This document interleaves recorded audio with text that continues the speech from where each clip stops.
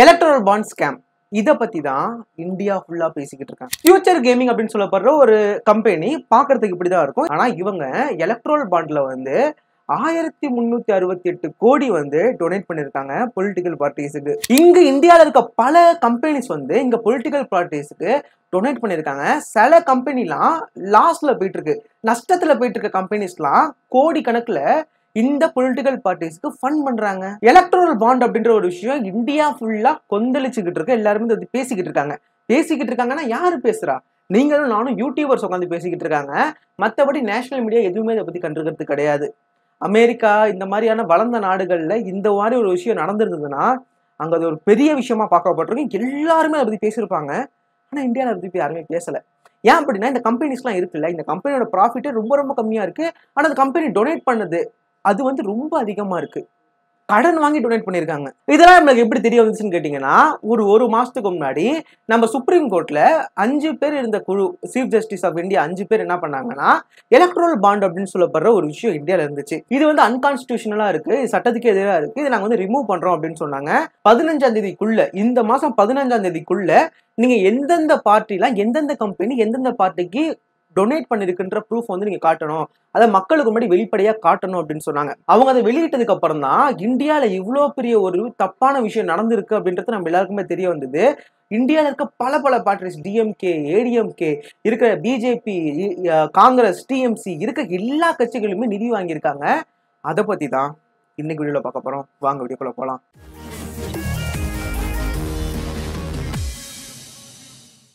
Electoral பாண்ட்ஸ்னா என்ன? பேசிக்கா ஒரு கட்சி இருக்காங்க அப்படின்னா அவங்க வந்து கேம்பெயின் பண்ணணும். எலெக்ஷனுக்கு முன்னாடி அவங்க வந்து பிரச்சாரம் போய் அவங்க என்ன பண்ணணும்னா, நாங்க வந்து அதெல்லாம் பண்ணுவோம், எங்களை வந்து நீங்க வந்து ஓட்டு போடுங்க அப்படின்னு சொல்லுவாங்க. பண்றதுக்கு எல்லாத்துக்குமே காசு தேவை.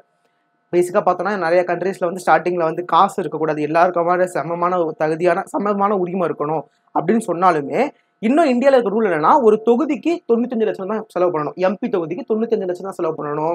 அதுவும் இல்லாம ஒரு ஸ்டேட் அசம்பிளி எலெக்ஷன்ல வந்து 45 லட்சம் தான் ஒரு தொகுதிக்கு செலவு பண்ணணும் அப்படின்றது இருக்கு. ஆனா அன்அபிஷியலா நமக்கு தெரிஞ்ச விஷயம் என்னன்னா, 40 கோடி கிட்ட ஒரு கான்ஸ்டிடுவன்சிக்கு வந்து செலவு பண்ணிக்கிட்டு இருக்காங்க அப்படின்றது நமக்கு தெரியுது. இப்படி இருக்கும்போது இன்னைக்கு இந்தியால எலெக்ஷனை சந்திக்கிற ஒரு கட்சி அதிகமான செலவு பண்ண வேண்டியதா இருக்கு. நம்ம வந்து 2000 ரூபாய் கொடுப்பாங்க எலெக்ஷன் டைம்ல, பார்த்தீங்கன்னா 2000 ரூபாய் கொடுத்துட்டு இருப்பாங்க. அதெல்லாம் எப்படி? நிறைய கம்பெனிஸ் வந்து இந்த பார்ட்டிக்கு டொனேட் பண்ணுவாங்க. ஏன் டொனேட் பண்ணுவாங்க? இதுக்கு இருக்க ஒரே விஷயம் என்ன அப்படின்னு பாத்தீங்கன்னா, நான் உனக்கு டொனேட் பண்றேன், ஆனா நீ ஆட்சிக்கு வந்ததுக்கு அப்புறமா எனக்கு இந்த மாதிரி கான்ட்ராக்ட்லாம் எடுத்து கொடு, இந்த மாதிரி கவர்மெண்ட் கான்ட்ராக்ட்லாம் என்கிட்ட கொடு அப்படின்னு சொல்லி தான் பேசிக்கா ஒரு கம்பெனி ஒரு பார்ட்டிக்கு வந்து இது பண்ணுவாங்க. இப்படிதான் பேசிக்கா வந்து வாங்குவாங்க. இது பல வருஷமா இருந்துகிட்டு இருக்கிறது தான். இந்தியாவில வந்து எப்பயுமே வந்து இவ்வளவுதான் பணம் வாங்கணும் அப்படின்ற ஒரு இது இருந்துச்சு. ஒரு கம்பெனி இவ்வளவுதான் பணம் கொடுக்கணும், எவ்வளவு வேணாலும் பணம் கொடுக்க முடியும்லாம் கிடையாது. அப்படி நீங்க கொடுக்குற விஷயத்த வந்து கணக்கு காட்டணும். மக்களுக்கு முன்னாடி வந்து எலெக்ஷன் கமிஷனுக்கு முன்னாடி வந்து கணக்கு காட்டணும். கணக்கு காட்டி இந்தந்த கம்பெனிலாம் இந்தந்த பார்ட்டிக்கு வந்து ஃபண்ட் பண்ணியிருக்காங்க எலெக்ஷன் டைம்ல அப்படின்றது தெரியணும் அப்படின்னு சொல்லி ஒரு இது இருந்தது முன்னாடி. 2018 அப்ப இருந்த பிஜேபியோட ஃபினான்ஸ் மினிஸ்டர் என்ன பண்ணாருன்னா, எலக்ட்ரல் பாண்ட் அப்படின்ற விஷயத்த கொண்டு வராங்க. பார்லிமெண்ட்ல பேசி ஒரு விஷயத்த கொண்டு வராங்க. அதுல என்ன சொல்லுதுன்னா, நீங்க வந்து ஃபண்ட் பண்றீங்களா, அதாவது டொனேட் பண்றாங்கல்ல, சில கம்பெனிஸ்லாம் வந்து ஒரு பார்ட்டிக்கு டொனேட் பண்றாங்கல்ல, இதை வந்து வெளிப்படையா காட்ட தேவையில்லை. எஸ்பிஐ கிட்ட வந்து எஸ்பிஐக்கு மட்டும் தெரியும், மற்றபடி இங்க இருக்கிற யாருக்கும் காட்ட தேவையில்லை. ஏன் அப்படின்னா, இப்ப தருண் அப்படின்ற நான் வந்து ஏ அப்படின்ற ஒரு பார்ட்டிக்கு வந்து டொனேட் பண்றேன். அந்த பார்ட்டி எனக்கு ரொம்ப ரொம்ப பிடிச்சிருக்கு, அந்த பார்ட்டிக்கு நான் வந்து ஒரு 10 லட்ச ரூபா தரேன் அப்படின்னு வச்சுக்கோங்க. பி அப்படின்ற கட்சி வந்து பவருக்கு போயிடுறாங்க. பின்ற கட்சி வந்து பவருக்கு போனதுக்கு அப்புறமா, ஓ நீ அவனுக்கு அவ்வளவு செலவு பண்ணிருக்கியா, நான் உன்னை பாத்துக்கிறேன்டா, இதுக்கப்புறம் நீ பிசினஸ் பண்ணிடுவேன் இந்தியால அப்படின்ற மாதிரி கொண்டு போக முடியும். அதனால வந்து இது நாங்க க்ளோஸ் பண்றோம், இது வந்து யாருக்குமே தெரியாது, எந்த கட்சிகளுக்கு எந்த கம்பெனி வந்து பணம் கொடுத்துருக்காங்க அப்படின்றது தெரியாதுன்னு சொன்னாங்க. அதுக்கப்புறமா வந்து பிளாக் மணியை குறைக்கலாம். இந்த மாதிரி எலெக்ஷன் டைம்ல அதிகமாக பிளாக் மணி சுத்திக்கிட்டு இருக்கும். அதுவும் இல்லாமல் நிறைய கம்பெனிஸ் வந்து பிளாக் மணி வச்சிருப்பாங்க. இந்த மாதிரி பிளாக் மணியை குறைக்கிறதுக்காக இந்த மாதிரி எஸ்பிஐ கிட்ட எல்லாத்தையும் வந்து பணத்தை வந்து இது கொடுத்துருவாங்க. எஸ்பிஐக்கு போயிடும், எதுவுமே பிளாக் மணியா இருக்காது. இந்த பிளாக் மணி இருந்தாலுமே அதை நாங்கள் வந்து எலெக்ஷனுக்கு செலவு பண்ணிடுவோம், பிளாக் மணின்றது இந்தியாவில் குறையும் அப்படின்னு சொன்னாங்க. ஆனால் அது இன்னி வரைக்கும் குறையில, 5 வருஷத்துக்கிட்ட ஆயிடுச்சு. பேசிக்கா இதெல்லாம் சொல்லி எலக்ட்ரல் பண்ற ஒரு விஷயத்த வந்து நாங்கள் வெளியே காட்ட தேவையில்ல அப்படின்னு சொன்னாங்க. எலக்ட்ரல் பண்றது எப்படி ஒர்க் ஆகும்னா, நீங்க எஸ்பிஐல கொஞ்சம் நாட்களுக்கு, ஒரு மாசத்துல ஒரு சில நாட்கள், ஒரு சில டைம்ல ஒரு சில மாசங்களுக்கு மட்டும் எலக்ட்ரல் பாண்ட் அப்படின்ற ஒரு இதை வந்து கொடுப்பாங்க. இந்த ஷீட்ல வந்து எப்படின்னா 1000 ரூபாய்க்கு மேல நீங்க டொனேட் பண்ணலாம். 1000 ரூபாய்க்கு மேல எவ்வளவு நாள் டொனேட் பண்ணலாம். முன்னாடி இவ்வளவுதான் டொனேட் பண்ணணுன்ற இருந்த இடத்துல வந்து எலக்ட்ரல் பாண்ட் வச்சதுக்கு அப்புறமா ஒரு கம்பெனி எவ்வளவு நாள் ஒரு கட்சிக்கு வந்து டொனேட் பண்ணலாம் அப்படின்றது வந்துருச்சு. இப்போ எஸ்பிஐலேருந்து அதை வாங்கிட்டு வந்து நீங்கள் எவ்வளோ இது பண்ணுறீங்களோ அதை பண்ணி அது எஸ்பிஐட்ட கொடுத்தோன்னு இந்த கட்சிக்கு நான் தரேன் அப்படின்னு அதை 15 நாள்லேயே வந்து அந்த கட்சி வந்து வித்ட்ரா பண்ணிக்கிட்டு அவங்களுக்கு எடுத்துகிட்டு போயிடணும். 15 நாளில் அந்த கட்சி வந்து எடுத்துக்கல அவங்க டொனேட் பண்ண காசு அப்படின்னா இது பிஎம் கேர் ஃபண்ட் இருக்குல்ல அதுக்கு போயிடும் அப்படின்னு சொல்கிறாங்க. இதுவே ஒரு மாதிரி இருக்குல்ல. ஓகே, இப்போ எப்படின்னா இந்த மாதிரி தான் வந்து எலக்ட்ரல் பாண்டுன்ற ஒரு இதை வாங்குவாங்க. இப்படி ஒரு கம்பெனிஸ் வாங்குவாங்க, வாங்கி டொனேட் பண்ணுவாங்க. இப்படி டொனேட் பண்ணுறது தப்பான்னு கேட்டால் தப்பு கிடையாது. ஆனால் வெளிப்படையாக இல்லாமல் அதிகமாக காசை டொனேட் பண்ணுறதுன்றது நம்மளுக்கே கேள்வி வரும்ல. இங்கே இருக்க நிறையா கட்சிகளுக்கு வந்து நிறையா கம்பெனிஸ் வந்து அவங்க தகுதிக்கு மீறின காசு செலவு பண்ணியிருக்காங்கன்றதா இன்னைக்கு நிதர்சனமான உண்மை. அதை நம்ம பின்னாடி பேசலாம். இப்படி வந்து 2018 ஒரு விஷயத்தை கொண்டு வந்துட்டாங்க. அப்பயே அப்போசிஷன் லீடர்ஸ்லாம் என்ன சொன்னாங்கன்னா இது வந்து தப்பாக இருக்குங்க, இது வந்து எப்படி கணக்கு காட்ட முடியாது அப்படின்ற மாதிரி. என்ன சொன்னாங்கன்னா எஸ்பிஐக்கு மட்டும் தான் அந்த கணக்கு தெரியும். ஏன்னா எஸ்பிஐ தான் இந்த கம்பெனி இந்த பார்ட்டிக்கு கொடுத்துருக்காங்க அப்படின்றது தெரியும். எஸ்பிஐ கண்ட்ரோல் பண்ணுறது யாரு? இன்னைக்கு இருக்க ரூலிங் கவர்மெண்ட்.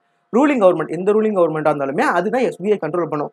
அப்போ அந்த ரூலிங் கவர்மெண்ட்டுக்கு எஸ்பிஐ கிட்ட எவ்வளோ காசு வந்து இந்த கட்சிக்கு பேருக்கு அந்த கட்சிக்கு பேருக்கு நமக்கு வந்துருக்குன்றத ரூலிங் கவர்மெண்ட்டால பார்க்க முடியும். எப்படிங்க இது வந்து யாருக்குமே தெரியாதுன்னீங்க. ஆனால் ரூலிங் கவர்மெண்ட்ல இருக்கவங்களுக்கு தெரியும்ல. அதாவது பேசிக்காக அது என்ன அப்படின்னா எலக்ட்ரல் பாண்ட் என்ன பிரச்சனை அப்படின்னா இது வெளிப்படைத்தன்மையா இல்லை. எல்லாராலையும் பார்க்க முடியாது எந்தெந்த கட்சிக்கு எந்தெந்த ஃபண்டு போயிருக்கு அப்படின்றத. ஒரு கட்சி அதிகமான ஃபண்ட் வாங்கியிருக்கலாம், ஒரு கட்சி ரொம்ப கம்மியான ஃபண்ட் வாங்கியிருக்கலாம். எப்படி வாங்கியிருக்கலாம்? மிரட்டி வாங்கியிருந்திருக்கலாம். இல்லை நீ அதை நீ எனக்கு இதை கொடுத்தனா நான் உனக்கு ஆட்சிக்கு போனதுக்கப்புறம் இதை உனக்கு பண்ணித்தரேன் அப்படின்ற மாதிரி இருக்கலாம். இது வெளிப்படைத்தன்மையாக இல்லை. மக்களுக்கு நீங்கள் எலெக்ஷனுக்கு முன்னாடி போகும்போது இது வெளிப்படைத்தன்மையாக இருக்கணும் அப்படின்னு சொல்லிட்டு இப்போ ஒரு மாதத்துக்கு முன்னாடி சுப்ரீம் கோர்ட் என்ன பண்ணாங்கன்னா ஒரு 5 சீஃப் ஜஸ்டிஸ் ஆஃப் இந்தியா என்ன பண்ணாங்கன்னா இதை விசாரிச்சாங்க. இதை விசாரிச்சுட்டு இது வந்து ரைட்டா தப்பான்னு பேசினதுக்கு அப்புறமா இது வந்து அன்கான்ஸ்டியூஷனலாக இருக்குது. நீங்கள் எவ்வளோ வேணாலும் காசு வாங்கலாம் ஒரு கட்சி, அதுக்கப்புறமா வந்து இது யாருக்குமே வெளிப்படையாக தெரியல அப்படின்னும் போது டெமோக்ரஸிக்கே கரெக்டாக கிடையாது. மக்களுக்கு முன்னாடி எல்லாத்தையும் நீங்கள் வெளிப்படையாக காட்டணும். ஏன் அப்படின்னா இந்தியான்றது மக்களாட்சி தானே, மக்களால் ஆடுறப்படுறாச்சு மக்களாட்சி அப்படின்னும் போது மக்கள் உங்களை தேர்ந்தெடுக்கிறாங்க. மக்களுக்கு ஒரு ரெப்ரஸன்டேஷனாக தான் நீங்கள் போய் ஆட்சியில் உட்காடுறீங்க.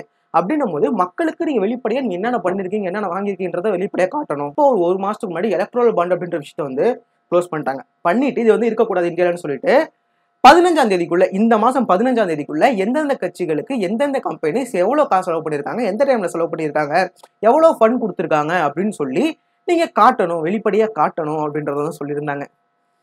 இது நடந்து கொஞ்ச நாள் கழிச்சு எஸ்பிஐ என்ன சொல்லியிருந்தாங்க அப்படின்னா எங்களால் வந்து அவ்வளோ பெரிய அமௌண்ட்ஸ் கிட்டத்தட்ட 2019 24 வரையும் வந்திருக்க இவ்வளோ அமௌண்ட்ஸ் வந்து கணக்கு காட்ட முடியாது, இதுக்கு எங்களுக்கு கொஞ்சம் டைம் தாங்க, ஒரு 3 மாதம் டைம் தாங்க அப்படின்னு சொன்னாங்க. இருக்க எல்லாருமே கணக்க ஆரம்பிச்சிட்டாங்க எஸ்பிஐ.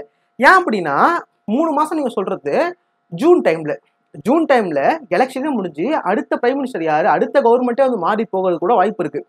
அப்படின்னும் போது 3 மாதம் கழிச்சு நீங்கள் காட்டுவீங்க அப்படின்னும் போது இங்கே இருக்க தமிழ்நாட்டோட ஃபினான்ஸ் மினிஸ்டராக இருந்தார்ல, முன்னாடி இருந்தார், அவர் வந்து என்ன சொல்கிறாருன்னா இது சிரிப்பாக இருக்குங்க, எஸ்பிஐன்றது ரொம்ப கம்ப்யூட்டரைஸ்டான ஒரு பேங்க், இப்போ இருக்கிற இடத்துல இந்தியாலேயே ஒரு பெரிய பேங்க் அப்படின்னு சொல்லலாம். அப்படின்னும் போது நீங்கள் எல்லா இடத்துலையுமே வந்து கம்ப்யூட்டரில் வச்சுருப்பீங்க. 2 தட்டுனா வந்து எந்தெந்த கட்சிகள் எவ்வளோ பணம் வாங்கியிருக்காங்க, எந்தெந்த கம்பெனி வாங்கியிருக்காங்க அப்படின்றத 2019 24 வரையும் 5 வருஷத்தில் எவ்வளோ வாங்கியிருக்காங்க அப்படின்றத நீங்கள் வந்து ஒரு 5 நிமிஷத்தில் எடுத்துட முடியும் அப்படின்றத வந்து ஃபினான்ஸ் மினிஸ்டர் இங்கே முன்னாடி இருந்த ஃபினான்ஸ் மினிஸ்டர் வந்து பிடிஆர் வந்து சொல்லியிருந்தாரு. இப்போ திருப்பி வந்து சுப்ரீம் கோர்ட் என்ன சொன்னாங்கன்னா இவ்வளோ நல்லா டைம் கொடுக்க முடியாது, இவ்வளோ டெவலப்டான இவ்வளோ அட்வான்ஸான ஒரு பேங்க்கை வந்து நீங்கள் வந்து அவ்வளோ நாள் டைம் கேட்குறீங்க, 3 மாதம்லாம் டைம் தர முடியாது, நாளைக்கே 15ஆம் தேதி நாளைக்கே வந்து நீங்கள் இந்த எவ்வளோ கம்பெனி எத்தனை கம்பெனி எந்தெந்த கட்சிகளுக்கெல்லாம் வந்து ஃபண்ட் பண்ணியிருக்காங்க அப்படின்றத நாளைக்கே எலெக்ஷன் கமிஷன் ஆஃப் இந்தியா கிட்ட நீங்கள் போய் சப்மிட் பண்ணணும் அப்படின்னு சொன்னாங்க. எலெக்ஷன் கமிஷன் இந்தியா வந்து அதுக்கப்புறம் எலெக்ஷன் கமிஷன் ஆஃப் இந்தியா வந்து 15ஆம் தேதி அதை வாங்கிட்டாங்க, எஸ்பிஐ கொடுத்தாங்க. கொடுத்து ஒரு 2 நாள் கழிச்சு அதை வந்து ஆன்லைன்லேயும் வெளியிட்டாங்க. வெளியிட்டும் போது எல்லாருமே கலாய்க்க ஆரம்பிச்சிட்டாங்க. என்னடா நீ கொடுத்துருக்க, சரி இவ்வளோ அமௌண்ட் வாங்கியிருக்காங்க, இவ்வளோ அமௌண்ட் வந்து கொடுத்துருக்காங்க அப்படின்றத காட்டுற, எந்தெந்த கம்பெனி எவ்வளோ கொடுத்தாங்க, எந்தெந்த டைமில் கொடுத்தாங்கன்றது நீ ஒழுங்காக காட்டலை, கரெக்டாக போட்டு எந்தெந்த ஷீட் வந்து இருக்குது, எந்தெந்த இது இருக்குது நம்பர் அப்படின்றது கரெக்டாக காட்டு அப்படின்றத சொல்லியிருந்தாங்க. இப்போ பேசிக்காக பார்த்தீங்கன்னா நேத்தி வந்து என்ன பண்ணாங்கன்னா எந்தெந்த கம்பெனிஸ் வந்து எவ்வளோ எலக்ட்ரல் பாண்ட் வாங்கியிருக்காங்க, எந்தெந்த இடத்துக்கு வந்து எந்தெந்த கட்சிகளுக்கு வந்து போயிருக்கு அப்படின்றத வந்து நேத்தி வந்து வெளியிட்டு இருந்தாங்க. ஸோ இதுதான் வந்து 15 வந்து என்ன பண்ணாங்கன்னா இது வந்து கொடுத்துருந்தாங்க. அதுக்கப்புறம் 2 நாள் கழிச்சு எலெக்ஷன் கமிஷன் ஆஃப் இந்தியா வந்து அதை வந்து ரிலீஸ் பண்ணியிருந்தாங்க. அது வந்து எந்தெந்த கம்பெனிஸ் வந்து எவ்வளோ எந்தெந்த பார்ட்டிஸ் எவ்வளோ வாங்கியிருக்காங்க அப்படின்றது இருந்துச்சு. ஆனால் எந்தெந்த கம்பெனிஸ் கொடுத்துருக்காங்க அப்படின்றது நமக்கு பெருசாக வந்து தெரியல, எவ்வளோ அமௌண்ட் எந்தெந்த தேதியில் கொடுத்துருக்காங்கன்னு தெரியல.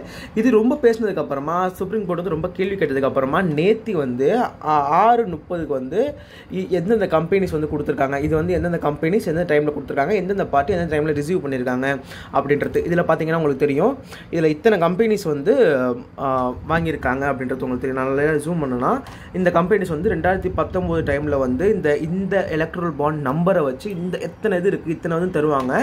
இது வந்து 2019 அதாவது இதை வந்து கான்ஸ்டியூஷனில் கொண்டு வந்ததுக்கப்புறம் சட்டமாக ஆக்கினதுக்கப்புறமா எலக்ட்ரல் பாண்ட் அப்படின்ற விஷயத்த அப்பையிலேருந்து இவ்வளோ கம்பெனிஸ் வந்து கொடுத்துருக்காங்க. கிட்டத்தட்ட பேஜ் கிட்டத்தட்ட 386 கிட்ட போகுது. இதில் வந்து பார்த்தீங்க அப்படின்னா ஜனவரி 11 இப்போ ரீசெண்டாக இந்த வருஷத்தில் ஒரு 2 மாதத்துக்கு முன்னாடி கூட ஜனவரி 11 கூட எலக்ட்ரல் பாண்டை ஓப்பன் பண்ணிருக்காங்க. அத்தனை கம்பெனிஸ் ஜனவரி 11 வந்து அதிகமாக இதை வாங்கியிருக்காங்க. ஸோ இதில் பார்த்தீங்க அப்படின்னா இது வந்து எந்தெந்த கட்சி வாங்கியிருக்காங்க அப்படின்றத இதில் பார்த்தீங்கன்னா ஏஐடிஎம்கே இருக்குது, அதுக்கப்புறமா வந்து பாரத் ராஷ்டிர சமிதா இருக்குது. இதில் வந்து அதிகமாக வாங்கியிருக்கிறது வந்து பிஜேபி தான். பாருங்கள் எத்தனை பாரதிய ஜனதா பார்ட்டி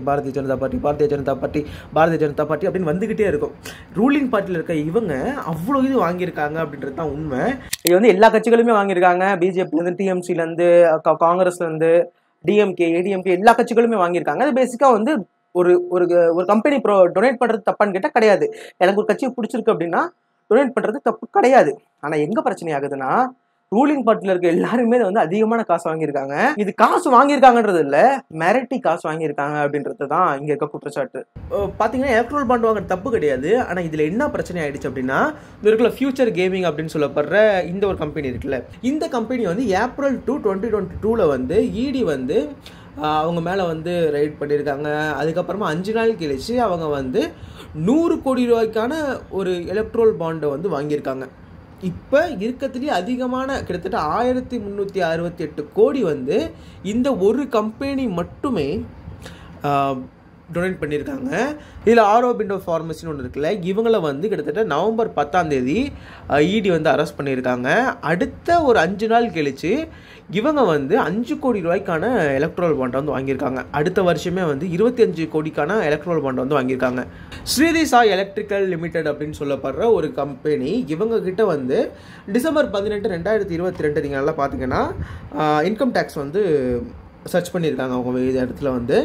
அது நடந்து கிட்டத்தட்ட ஜனவரி 11 அடுத்த 23 போன வருஷம் நடந்திருக்கு. ஜனவரி 11 வந்து அவங்க வந்து 40 கோடிக்கான எலக்ட்ரல் பாண்ட்ஸை வந்து வாங்கியிருக்காங்க. இதை பார்த்தாலே நமக்கு தெரியுது, மிரட்டி இதை வந்து நீங்கள் வந்து எங்களுக்கு வந்து இவ்வளோ தரணும் அப்படின்னு சொல்லி இந்த வந்து ரூலிங் பார்ட்டியில் இருக்கவங்க வாங்கியிருக்காங்க அப்படின்றது நமக்கு அப்பட்டமாக தெரியுது. ஸோ இது வந்து பார்த்தீங்க அப்படின்னா எந்தெந்த பார்ட்டிஸ் வந்து பணம் வாங்கியிருக்காங்க அப்படின்றத நீங்கள் பேசிக்காக அதில் பார்த்தீங்கன்னா தெரியும். எந்த 2019 April 12, 2019 இப்போ இந்த வருஷம் ஜனவரி 24 வரையுமே வந்து எந்தெந்த கட்சிகள்லாம் பணம் வாங்கியிருக்காங்க அப்படின்றது இது காட்டுது. இதில் பார்த்தீங்கன்னா பாரதிய ஜனதா பார்ட்டி கிட்டத்தட்ட 6060 கோடி ரூபா வாங்கியிருக்காங்க. இந்த எல்லா கட்சிகளையும் சேர்த்தா கூட, இதில் இருக்க எல்லா கட்சியும் சேருங்களா, இருக்க எல்லா பார்ட்டியும் சேர்த்தா கூட பாரதிய ஜனதா பார்ட்டி ஈக்குவலாக வருது. கிட்டத்தட்ட 12,000 கோடி வந்து மொத்தமாக எலக்ட்ரல் பாண்ட் வந்து இந்த வருஷத்தில் நடந்திருக்கு, இந்த ஒரு 5 வருஷத்தில்.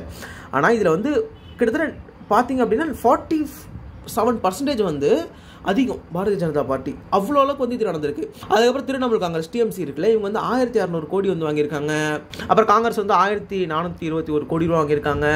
அதுக்கப்புறம் பார்த்தீங்கன்னா டிஎம்கே இருக்குது. டிஎம்கே வந்து அவங்க வந்து பார்லிமெண்ட்டில் இருக்க பார்ட்டி, ஓகேவா, அவங்க வந்து ரூலிங் பார்ட்டியாக இருக்கிறாங்க. 2019 அவங்க வந்து பார்லிமெண்ட்லாம் வந்துட்டாங்கன்னு வச்சுங்களா. 2021 தான் ஸ்டேட்டை வந்து பிடிச்சாங்க. ஆனால் வந்து 2019 அங்கே நிறையா எம்பிஸ் வந்து டிஎம்கேலேருந்து பார்லிமெண்ட்டுக்கு போனாங்க. அவங்க வந்து கிட்டத்தட்ட 639 கோடி வந்து வாங்கியிருக்காங்க. இந்த லிஸ்ட்டில் வந்துங்க பார்த்தீங்கன்னா ஆம் ஆத்மி இருக்குது, எல்லா கட்சிகளுமே இருக்குது. வாங்கிறது தப்பு கிடையாதுங்க. இந்த மாதிரி வாங்குறது வந்து தப்பான்னு கேட்டிங்கன்னா இந்த மாதிரி வாங்குறது தப்பு கிடையாதுன்றது தான் உண்மை. ஆனால் இது எல்லாமே இருக்கிற பிரச்சனை என்னன்னா, இங்கே நான் சொன்னபடி இங்கே வந்து இருக்கிற கட்சிகளில் வந்து மிரட்டி வாங்கியிருக்காங்கன்றது தான் இங்கே இருக்க குற்றச்சாட்டு. எப்படி நீங்கள் வந்து மிரட்டி அவங்கள இது பண்ணி இடிஐயோ இல்லை சிபிஐயோ இன்கம் டேக்ஸையோ வச்சு நீங்கள் வந்து மிரட்டி இந்த மாதிரி நீங்கள் வந்து பாண்ட்ஸ் வந்து வாங்கியிருக்கீங்க அப்படின்றதான் இன்றைக்கி குற்றச்சாட்டாக இருக்குது. பேசிக்காக ஒரு கம்பெனி எதுக்கு வந்து காசு வந்து டொனேட் பண்ண ஒரு பார்ட்டிக்கு அப்படின்னா, அந்த பார்ட்டி பவருக்கு போனதுக்கப்புறமா அவங்க வந்து எதாவது நமக்கு ஃபேவர் பண்ணுவாங்க, ஏதாவது கவர்மெண்ட் ப்ராஜெக்ட் நம்ம கையில் தருவாங்க அப்படின்னு சொல்லி. பேசிக்காக அம்பானி அதானி வந்து அதிகமாக வந்து பண்ணுவாங்க. ஏன்னா அம்பானி அதானிலாம் இந்தியாவில் அதிகமாக காசு வச்சுருக்காங்க. ஆனால் இந்த எலக்ட்ரல் பாண்டில் அவங்க இல்லவே இல்லை. அவங்க பேர், அவங்க கம்பெனி ரிலையன்ஸ்லேருந்து அதானிலேருந்து யாருமே அவங்க பேர் வந்து இந்த எலக்ட்ரல் பாண்டில் வரவே இல்லை. நமக்கு இருக்க கேள்வி என்ன அப்படின்னா, இத்தனை கம்பெனிஸ் லாஸ்ல போயிட்டு இருக்க கம்பெனி, இத்தனை கம்பெனி கண்ணுக்கே தெரியாத கம்பெனி, யாரெல்லாம் இருக்கானே தெரியாத கம்பெனிலாம் அவ்வளோ காசு வந்து டொனேட் பண்ணியிருக்காங்களே, அவங்களுக்கு எது காசு? கடன் வாங்கி டொனேட் பண்ணாங்களா? ஏன்னா ப்ராஃபிட்டே கிடையாது. கிட்டத்தட்ட சில கம்பெனில வந்து லாஸ்ல போயிட்டு இருக்க கம்பெனி அதிகமான காசு டொனேட் பண்ணியிருக்காங்க.